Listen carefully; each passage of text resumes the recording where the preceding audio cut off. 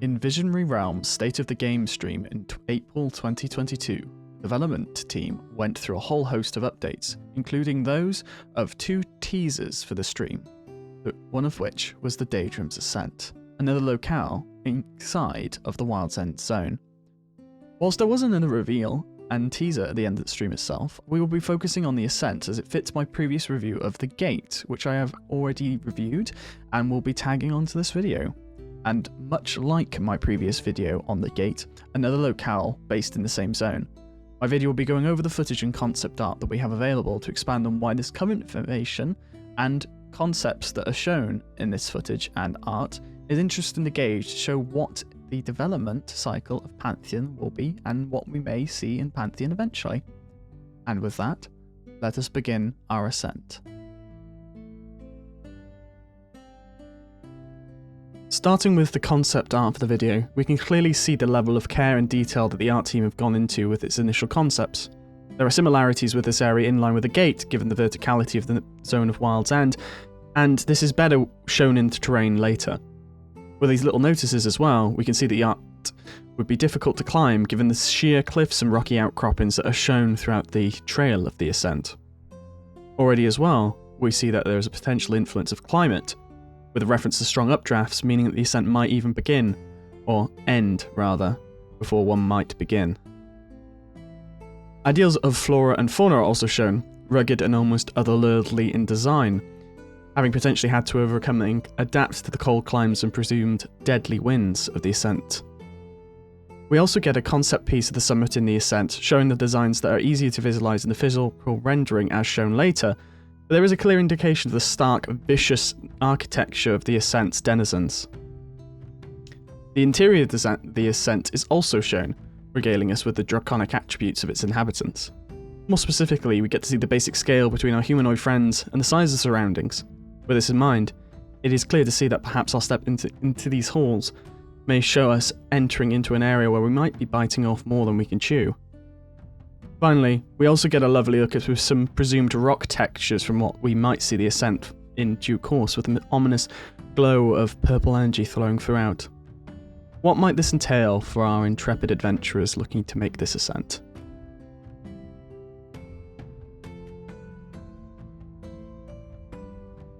From the outset, we can see the ascent, interestingly enough, is at the top of another mountain inside the zone. A good similarity to the Gate, meaning it's keeping the theme of verticality in Wild's End held as a central theme for this area. Whilst we can't really gauge further at this point what the outside will sort of look at in regards to how the details will develop from the HDRP with regards to alpha into beta, we get a very good overall vista to look down at the sort of zone around the obelisk area, as I sort of shown on screen now. Other than the fleshing out of this concept art in practice, we get hints of the architecture, which is realistically just an expansion on the concept art, but there is a little bit more to actually go into detail with the actual internal sort of design of the architecture that we'll be moving on to now.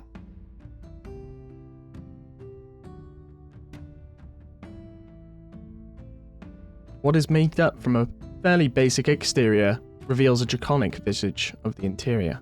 The walls and sign have a stony sheen, potentially changed in future, but the most striking aspect is how tall and big the interior is compared to the outside.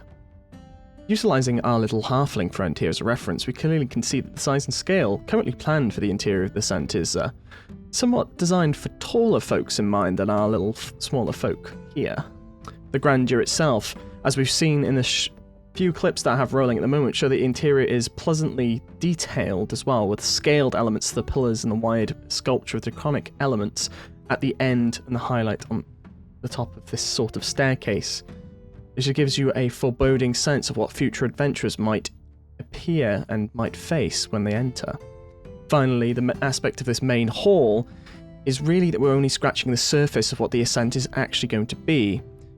We have the notice of these side rooms, and will these side rooms have goodies or enemies? Or would we need to descend further into our ascent, into the bowels of this compound of draconic nature in order to sort of find the true rewards of the ascent in question?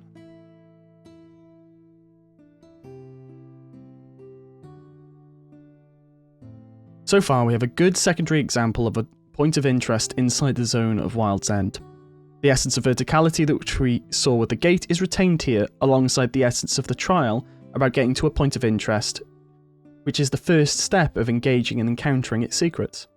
Between the art, external and internal aspects that are on show at the moment, we see that Visionary Realms' ideals for a zone are being slowly instilled into reality now that their visions can be put into practice with their new engine, which will hopefully be and show more in future.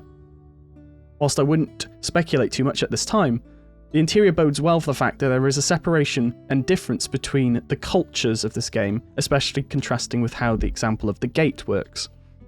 A variety of architectural styles in a zone rather than a simple copy-paste, which has been missing from certain MMOs for a time, where these MMOs will simply show lingering remnants of one society and culture rather than the many that would have inhabited the zone previously, and is much more cohesive to an actual world rather than just simply a game.